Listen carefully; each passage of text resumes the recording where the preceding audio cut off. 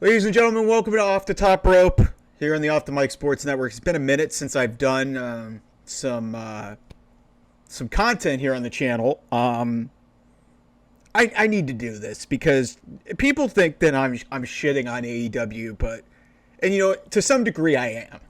But on some level, this has gotten so bad because I just got done watching AEW Dynamite. It is a go-home show for one of their original 4 pay-per-views in Full Gear. There's a pay-per-view this Saturday. And watching this show was like nails on a chalkboard. Almost nothing on this show felt like it was going to give me any reason. Like I was, because I have work I need to do on Saturday. But I am not going to go out of my way to spend $50 on this show. And if you're not a diehard of this company, I don't know why you would buy a ticket to this show or buy or get a pay-per-view buy for this. Because this was maybe the worst go-home show for any pay-per-view premium live event that I have ever seen in my entire existence of watching wrestling. It was bad. It was that bad. Like, we had a segment on this show where Chris Jericho was supposed to sign a contract for a match that wasn't even on the pay-per-view.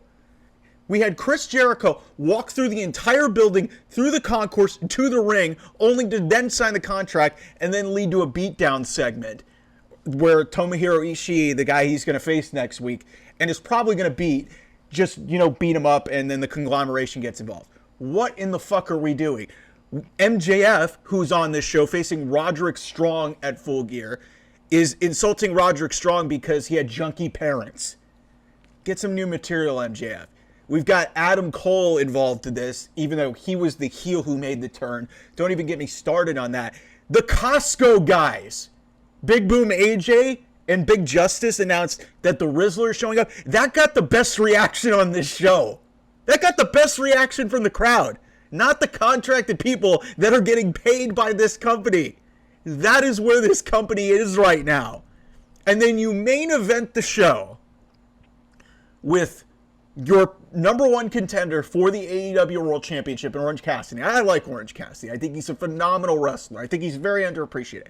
He's not a world champion.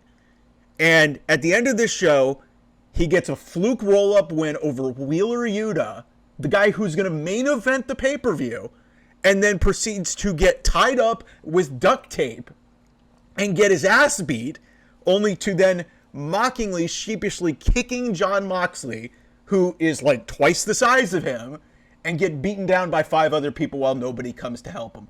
Only to then put his sunglasses on, do his signature taunt. And that's your go-home angle. That's the last image that you have going into a pay-per-view. Whereas you compare it to what's going on in WWE, this is not even close. 5 years ago, Full Gear was genuinely interesting. 5 years ago, you had Cody Rhodes and Chris Jericho for the World Championship, where if Cody lost, he would never challenge for the AEW World Championship anymore. And now we're reduced to Jon Moxley versus Orange Cassidy? What in the fuck is going on here? Like, it's just...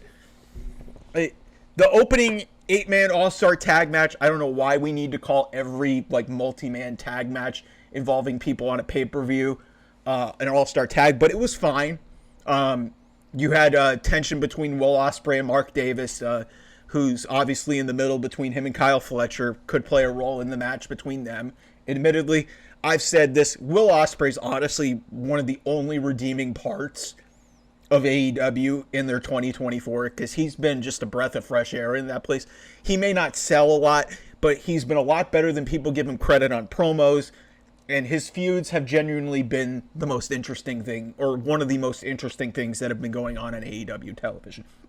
So the opening match was fine. I don't understand why Lance Archer and Brian Cage are even in the Don Callis family. Takeshita, I'm happy that they're showcasing him and he gets a big win here. Powerhouse Hobbs is there. Ricochet, I don't think, at least at last announcement, is not currently billed in an international championship match, which I find really interesting that him and Takeshita after Ricochet pinned him. I find it interesting that Ricochet's not getting a match on the pay-per-view for the championship. But hey, this was honestly, like, you started the show fine. It like I said, you put 8 of your best performers that you have on the roster. Anytime Will Ospreay's in the ring, you're going to see something spectacular, and him and Fletcher are going to probably have the best match at the pay-per-view. This was fine. It wasn't surprising, but it was fine. Hurt Syndicate, this was another thing that really bothered me on this show. So Bobby Lashley has been in AEW for a few weeks now. I'm happy for him. It wasn't working out in WWE. He got let go. Even in his late 40s, he's still in phenomenal shape. He can still wrestle, so he goes to AEW, and we're rehashing the Hurt Business 4 years after it died. So Bobby Lashley was supposed to have his first match ever. First match ever. Hadn't wrestled in AEW yet. First match ever was supposed to happen in Newark on Saturday at Full Gear against Swerve Strickland.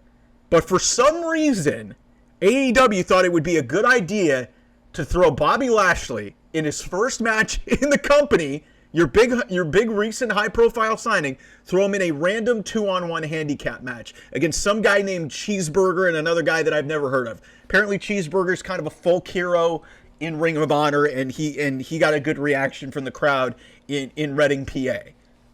But why 3 days before a pay-per-view are you throwing away Bobby Lashley's debut match?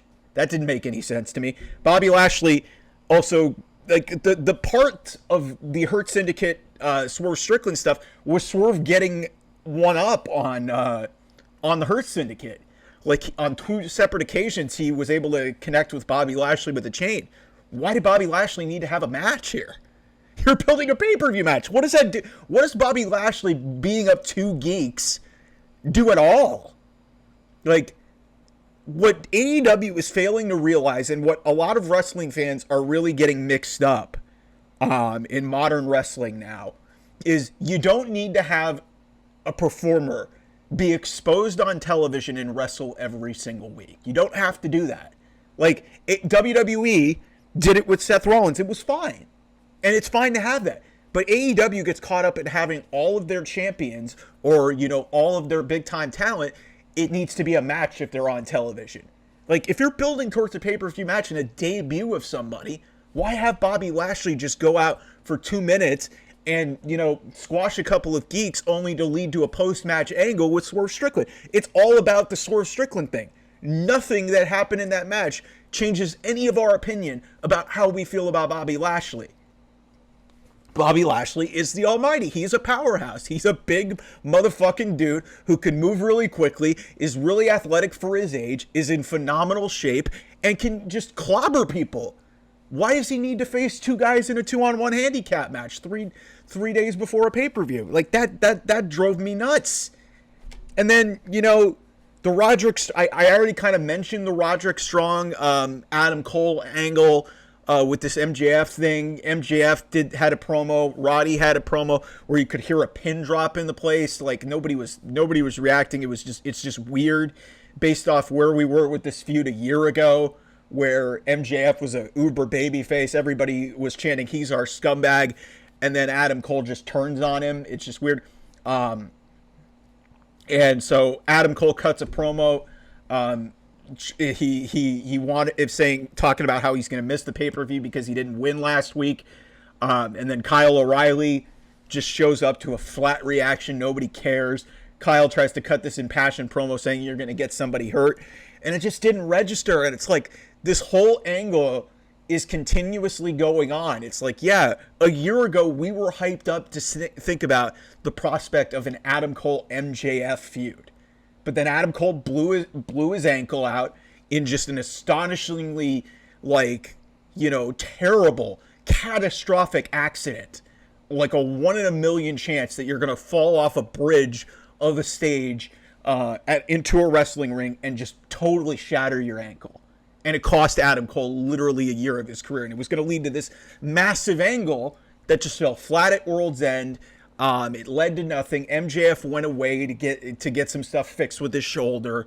and then you tried to, resume it. Adam Cole's timeline didn't land, and then you turn MJF heel again because it wasn't going to work with him as a babyface, which is fine. But then you go back to the feud in the roles reversed. It just doesn't make any sense. Like, I don't know why AEW is trying to go back to this well again. It's like they don't have any more material for these guys, for these talented performers.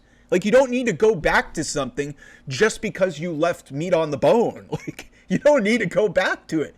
And if you were going to try and continue this, why not utilize like some vignettes or something similar to what was going on with CM Punk when he was off television with this Drew McIntyre feud, which was one of the best feuds of 2024. Like, it's just basic fundamentals of storytelling. And I get sick and tired of people who, honest to God, want to criticize the other place when this is what you're getting. Like, this stuff, and if you don't need, you don't even need to hear it from me. You can look at the numbers, look at the ratings, look at the reactions in the arenas. You could hear a pin drop during this thing. Nobody cares about what Kyle O'Reilly is doing with Adam Cole. MJF is the same person he was 5 years ago. Nothing's changed. So we move on from that. Chris Statlander faces Hikaru Shida in the only women's match on this show. Yeah, we have to give time to Big Boom AJ and Big Justice. We have time for Chris Jericho, but we only have time for 9 minutes of Hikaru Shida taking on Chris Statlander, who I still have no idea why she's a babyface right now. That's not what I'm talking about. The match itself was fine. Chris Statlander is awesome. I freaking love her. She is awesome. She is just a gift to watch in the ring. She is do more with her. But how we've gotten through this year with her, with the Willow Nightingale feud. By the way, Willow Nightingale's concussed, because that's just another thing with AEW. They just injure everybody. And I love Hikaru Shida. This was a fine match. It doesn't do anything for Chris Statlander going into a match at the pay-per-view against Mercedes Moné. But what followed this is just a microcosm of what I have been saying for 8 months now. And I will hammer it home again. Mercedes Moné is one of the biggest flops. Mercedes Moné to AEW is one of the biggest flops in the history of professional wrestling. I do not understand how you could botch a star of Mercedes Moné's potential. And some of this, she needs to take responsibility and accountability for it too, because some of this is, she's got her own writers, she's got all of her creative control. Whatever has led to this, and a lot of this has to be bared with Tony, it has to be shifted, the blame has to go to Tony Khan. What has happened here in 8 months, you have seen one of the most transcendent stars of women's wrestling of the last decade, and all of her credibility is completely evaporated. And the segment that followed, Chris Statlander winning, because Chris Statlander is facing Mercedes Moné at the pay-per-view for the TBS title. Okay. You get Mercedes Moné with her cringe entrance, and then she butts heads and insults the Sixers, takes a shot saying the Boston Celtics, great win for them. By the way, Mercedes, you're going to get some heat from me because, hey, my Cleveland Cavaliers are coming for your Celtics after a close loss, first loss of the season. They're 16-1 now, so separate issue. But the crowd's chanting "shut the fuck up" the whole time because she's got go away heat. I never thought that one of the great female stars of this generation would ever get to that point. That's just like a microcosm. But then what happened was one of the strangest things that I've ever seen. Now, I've said it here on this show. WWE has had a real problem with booking Raquel Rodriguez as a heel bodyguard for Liv Morgan. It hasn't gone really well. And I think this might just be like, trying to cast a female bodyguard for anybody as like this individual character. Like, you can book dominant females in your division, Rhea Ripley, Nia Jax, but as a bodyguard, it hasn't really clicked in a lot of promotions. It's just they're always just like a sidecar. They don't feel important. And so that's a problem. But what has happened here with Camille, specifically in AEW with Mercedes Moné's character, Camille is in an arm sling. So Now they're doing this whole thing where Mercedes is just instructing and berating Camille, calling her stupid, saying she's dumb, saying she sucks, even though Camille is like twice the size of of Mercedes and could probably beat the shit out of her if she wanted to. So Camille just gets in the ring, just stands in between Hikaru Shida and Chris Statlander, and then proceeds to get her ass kicked. Only to get kicked out of the ring. Mercedes Moné tries to do a backstabber multiple times to Chris Statlander, and Chris Statlander just overpowers her. And that's the segment. What are we doing? What are we doing? This is supposed to be the biggest female signing that this company could make, and somehow this women's division is worse. What the hell is this? And then you have a bodyguard with her that does nothing good. If I'm Camille, I am immediately regretting signing with this company. This is one of the longest reigning NWA, this is the longest reigning NWA Women's World Champion in the history of that company. She held that title for like 700, 800 days. And she looks like a bum. A bum. And don't tell me that they're trying to create the whole MJF Wardlow gimmick from a couple years ago. This is so poorly executed. And you could not make an intimidating woman like Camille look any worse than what happened in this segment. Like, this was bad. This was really bad. And it goes back to my point to start the show. Why the hell would you spend $50? Like, Chris Statlander and Mercedes Moné, if you told me that match was happening 9 months ago, I would have told you, hell yeah, I'm excited for it. Here we are in the year, in the month of our Lord, November of 2024. I have zero desire to watch this match because of the booking of Mercedes Moné, the booking of Chris Statlander, and the path that she took here, and just the bits that they've used. It's just, if you're gonna do like some sort of a gimmick to try and sell me on this match, you've got to do it better than what they've done here. That was really bad. Then you get the Bobby Lashley squashing of Joe Keys and Cheeseburger. It took 2 minutes. I don't get it. I did like the stuff that went on with Swerve. They did make Swerve strong going into this match. I'm actually kind of interested to see how that match goes with him and Lashley. But man, like, did we really need to waste Bobby Lashley's first match in AEW on free television in a random unannounced 2-on-1 handicap match against two geeks that only hardcore wrestling fans are going to understand who they are, former ROH guys? You know, hey, like I said, that's one of the more interesting things. I'm more interested in that match than I am in the world title match. That's where this company is. Mina Shirakawa and Mariah May are teasing their champagne celebration. They're shaking their boobs because apparently that's a thing that we're doing in wrestling now. If WWE did that, everybody would want to cancel and ban the show in Tijuana if you wanted to. But like, holy shit, man, this is the Women's World Champion can't have a match on the pay-per-view, but WWE books their women terrible. Come on, guys, what are we doing? I like Mina Shirakawa. I think she's a lot of fun. Mariah May is great. She's a good heel. The booking of her character has really been peculiar. I did like that they did a lot to advance Anna Jay as a serious women's contender, but they threw it on Collision twice, and nobody watches Collision. So, and we're just going to have a champagne celebration for the Women's World Champion on pay-per-view. Yet, Big Boom AJ and the Costco guys and the Rizzler are getting pay-per-view time. Granted, it's 0 hour, but still, they're getting television time. Like, what are we doing? Claudio faced off against Darby Allin. There was a spot where Claudio just threw... Claudio's just an insane maniac and a powerful dude. He throws Darby Allin over into the timekeeper's area in a table that was supposed to break, and it just stood up. I'm amazed Darby was able to stand up. Like, seriously, another issue that I need to just hammer home with this. Safety. At some point, Tony Khan is going to get somebody seriously hurt. Nobody wants to talk about it because, oh, these spots are all cool. We have all these hardcore spots and people bleed. And, you know, people take pile drivers all the time. And everybody wants to mock WWE for Kevin Owens giving Randy Orton the safest pile driver, but it's sold like that. It should be sold like that. You're dropping a guy on his head and neck area. Yet, we're seeing Canadian destroyers and stuff, and we're seeing guys getting thrown, press slammed into tables that don't break. Like, at some point, somebody's going to get seriously hurt. You're starting to see, like, the amateur levels of this company, and they're being presented as this challenger to WWE.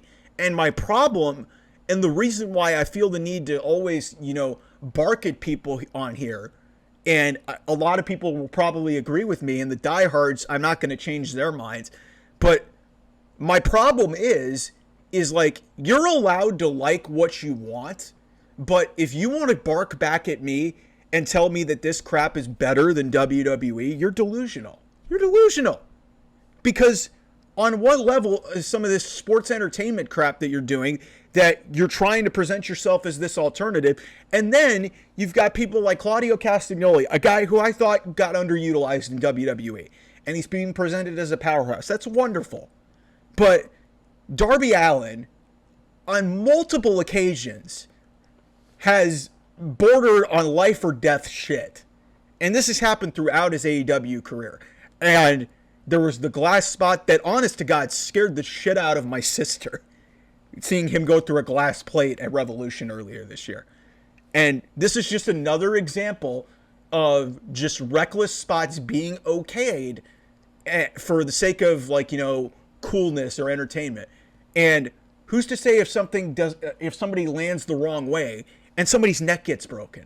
I remember watching Big E on a belly-to-belly suplex from Ridge Holland, and Ridge Holland still gets crap for this, that he might have ended Big E's career. Big E hasn't wrestled in 2.5 years, because of that. What's to say that doesn't happen on one of these crazy Darby Allin spots? Like, at some point, somebody has to get in front of these things and understand that, hey, being a daredevil is fine. And I think that's what makes Darby Allin unique. But if you're going to keep doing this on a regular basis and then seeing guys maybe at risk of getting seriously hurt, that falls on the owner. And some of these things, they don't need to happen. Like, what does it do? But yeah, Claudio gets the win there. Roddy Strong has a promo that nobody reacts to. The Costco guys have a promo. Daniel Garcia and Jack Perry, Jack Perry gets pretty much abducted and driven on his bus. I like that they're giving Daniel Garcia an edge, but it's still, this almost feels too late, because it feels like Daniel Garcia is going to win the TNT title from Jack Perry and end just this miserable reign of the scapegoat, and just end this elite. By the way, where the hell is Kazuchika Okada? Tell me where that guy is. But listen, Daniel Garcia should have been in a much better spot years ago. They had a chance a couple years ago with him against Bryan Danielson and having him join the BCC initially, and it never happened, and he sided with Chris Jericho, and I think that was a big mistake. Look, Daniel Garcia will eventually, I think he's a fine wrestler. I don't think he has a ton of charisma, but this feels kind of delayed and late. And they're trying to give him some sort of an edge to be like one of the flag bearers of AEW because there's just nobody left. Okay. We'll see how this goes, but I think, just end the Jack Perry experiment. Just end the scapegoat. If he came back as Jungle Boy, I might be moderately interested, but it's just like that ship has sailed. The Jericho Ishii segment was just one big waste of time. How did that get okayed? Where you have Jericho just being his goofy self with this, learning tree gimmick. He walks away saying his lawyers need to okay the contract, and Ishii's just following through the concourse all the way to the ring, only for Jericho to sign it, and then it just leads to this generic, attack segment with Big Bill, and then the conglomeration gets involved, and they clear the ring. Why is Jericho a champion? Why is Jericho getting TV time? I don't know. This was a colossal waste of time. The main event, I told you guys what happened there. We get a little bit of an overrun. And all it led to was, Orange Cassidy getting his ass kicked by the Death Riders, only for the rest of for the conglomeration to sit in the back, and then Orange Cassidy just to brush it off like it's nothing and just be himself. It's like, that's your main event. That's your main event of a pay-per-view. So you're telling me that the main event, which is supposed to be one of the main selling points of a $50 show, and that's the angle that you go off the air with? What are we doing? What are we doing? So, look, everybody wants to criticize, the clunky builds to War Games in WWE, and I'll be the first to admit, I don't think there needs to be a fifth man on either end for Bloodline versus Temu Bloodline, I guess we'll call it. OG Bloodline versus Temu Bloodline. But it's nonetheless at least a little bit interesting, and Bronson Reed being involved, the element of if Seth Rollins will be involved, CM Punk, I think, and I'll talk about that maybe on a later episode here on the channel. I'm trying to get some more content in the works here. And then the women's match is just kind of thrown together. Like, you have Raquel Rodriguez and Liv Morgan teaming up with Nia Jax and Tiffany Stratton after Nia Jax and Liv Morgan literally just had a match at the start of the month. It doesn't make really a whole hell of a lot of sense. You've got, Io Sky teaming up with Bianca Belair after, Bianca Belair and Io Sky were literally barking at each other with Damage Control. There is some element that, Bianca kind of respects Io a little bit, and then Rhea Ripley, after being attacked in a parking lot with a fractured orbital bone, just shows back up. So, yeah, there's been some flaws in wrestling here at the back half of the year, but one thing that is just absolutely indefinite, and I'm trying to think of the right words, I'm just all over the place here, but one thing that is just undisputedly true is that what is transpiring in AEW since they signed that new television contract. By the way, they're stealing money from Warner Brothers Discovery. $550 million over 3 years. What the hell is going on? Like, this television show is bad. The retirement of Bryan Danielson, bad. All In was fine. All Out, I've said on this channel, one of the worst exercises and some of the dumbest spots I've ever seen in my life. And the storytelling and the key angles in this company make no sense whatsoever. And you can hear a pin drop at these shows. But I'm supposed to believe that they're going to sell out a baseball stadium next year. It was just announced, hey, congratulations, after 5 years, Revolution is going to be a Crypto.com arena. And people are trying to act like that is some sort of an accomplishment. You want to know why they got Crypto.com arena finally after being in Kia form for 5 years? Because WWE is going to the Intuit Dome, which is a newer building. Like, listen, if you're one of these diehards that's just so up in your feelings and wants to just ride or die with AEW because you want to feel cool and you want Tony Khan to pat you on the back, that's fine. But if you're going to just be one of these tribalistic, nonsensical weirdos who's just going to bark back at people and tell me that any of this shit makes sense, it doesn't. But if you like it, that's fine. I'm just here to tell you that I don't like it. I don't like it. And it doesn't make any sense. And when you're trying to present yourself as like this alternative workplace, and I'm very happy that a lot of people are getting handsomely paid by Tony Khan and are getting money and creating livelihoods. But that doesn't mean that it creates great television. And there's a lot of talented people that are responsible for how bad this show has gotten in the last couple of years. Because I was an AEW day oneer, and I really enjoyed it because WWE was so bad back in the day. But it has completely flipped in the last 3 years. From the moment that Cody Rhodes left, a lot of things have changed with this company. From the minute CM Punk got fired, things have completely changed. And it has just become WCW 2.0. For those of you who lived back in the day, I didn't see the end of the Monday Night Wars. I wasn't around for... I wasn't really as deep into wrestling at that point. I heard it got pretty bad. And, you know, based off some of the things and some of the stories that I've heard, it's at this level right now because it just doesn't. How could you go into a pay-per-view, one of your cornerstone I'll call it one of the 4-pillar pay-per-views of your brand?